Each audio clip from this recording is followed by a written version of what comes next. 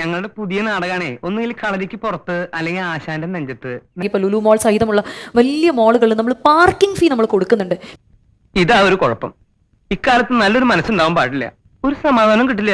ഒരു സാധനം മേടിക്കുകയാണെങ്കിൽ നമുക്ക് ശരിക്കും കിട്ടേണ്ട ഒരു ഫ്രീഡം അല്ലെങ്കിൽ ഒരു റൈറ്റ് ടു ഫ്രീഡം അല്ലേ സാർ? നമുക്ക് ആ ഒരു കോണ്ടെക്സ്റ്റിൽ സാർ എന്താണ് എക്സ്പ്രസ് ചെയ്യാനുള്ളത്? ആരും അറിയാൻ ഭൈരവിയൊക്കെ നേരിട്ട് തന്നെ ഒരു ദിവസം ഡോക്ടറോട് പോയി ചോദിച്ചു. എന്നിട്ടോ അങ്ങേരെ അവരെ നാവുകൊണ്ട് വായുവിലെടുത്ത് ഠമ്മെന്ന് താഴെ ഇട്ടു. ലുലുമാള് ഞാനാ നടത്തുന്നെങ്കിൽ പാർക്കിംഗ് ഫീ മേടിക്കുകയില്ല, പകരം ആ പൈസയും കൂടെ ആ പ്രോഡക്റ്റിൽ ആഡ് ചെയ്യും.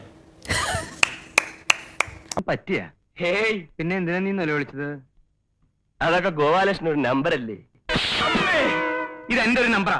സാർ എന്ന് പറയുന്ന ബിസിനസ്മാനോട് നമുക്ക് അല്ല, ഞാൻ പറഞ്ഞത് പറ്റില്ല. യൂസഫ് അലി അത് ചെയ്തില്ല. ഇപ്പൊ കാര്യങ്ങളൊക്കെ വ്യക്തമായല്ലോ. അപ്പൊ എന്റെ വിത്തി കണ്ടത്തിൽ ഇറങ്ങില്ല. ഇല്ല, സത്യസന്ധമായിട്ട് പാർക്ക് ചെയ്യേണ്ടാത്തവർക്ക് വില കുറച്ച് കിട്ടും. അപ്പോൾ Correct. പബ്ലിക് ട്രാൻസ്പോർട്ടിൽ വരുന്നവന് ആ പാർക്കിംഗ് ഫീസ് പ്രോഡക്റ്റായി ചാർജ് ചെയ്യണമെന്നില്ല. അതാണ് സഹദേവ തറവാടിത്തം എന്ന് പറയുന്നത്. അതിന് കൊടുക്കണം പൈസ. പക്ഷെ നമുക്ക് വാശി എന്താണ്? ഇയാൾ പാർക്കിംഗ് ഫീ മേടിക്കരുതെന്നേ ഉള്ളൂ. ബുദ്ധിയുള്ള ബിസിനസ്സുകാരൊക്കെ പാർക്കിംഗ് ഫീ കൂടെ ചേർത്തിട്ടാണ് മറ്റേ പ്രോഡക്റ്റ് വിൽക്കുന്നതെന്നും നമ്മൾ ഓർക്കുന്നില്ല. ഞാൻ ഈ മണ്ണിൽ വന്ന എല്ലാം നേടിയതും ഇതേ ചങ്കറുപ്പ് കൊണ്ട് തന്നെയാണ്.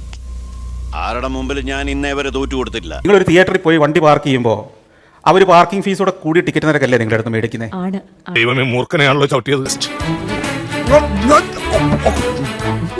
ചിലപ്പോൾ 50 പൈസയെ ചിലപ്പോൾ ഒരു പ്രോഡക്റ്റ് കൂടുള്ളൂ, ശരിയല്ലേ? Correct. ആ 50 പൈസ വെച്ച് കൂടിയാലും കസ്റ്റമേഴ്സ് അറിയുമോ? അത് അവർക്ക് പരാതി ഉണ്ടാവില്ല. ഞാനത് ചോദിക്കരുതായിരുന്നു. മറ്റ് സ്ഥാപനങ്ങളെല്ലാം അങ്ങനെ തന്നെയാണ് ചെയ്യുന്നത്. നിങ്ങളൊരു ഹോട്ടൽ നടത്തുമ്പോൾ നിങ്ങൾ പാർക്കിങ്ങിന് വേണ്ടി മേടിക്കുന്ന സ്ഥലത്തിന്റെ നിരക്കൂടെ കൂട്ടിയതല്ലേ നിങ്ങളുടെ ഹോട്ടൽ മുറിയുടെ വാടക?